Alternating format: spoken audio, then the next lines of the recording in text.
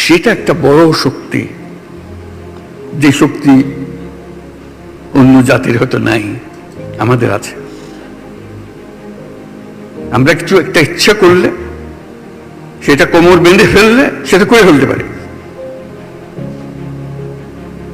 এই বাংলাদেশের মধ্যেই তৈরি পোশাকের শিল্প তৈরি হলো আউট অফ নোওয়্যার।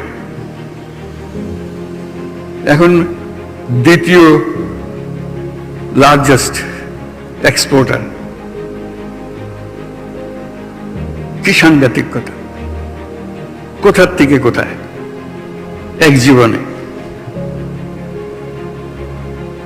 বাংলাদেশে কত কি হলো,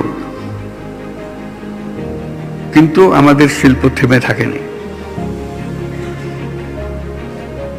বাধার কোনো সীমা নেই। ব্যবসা করা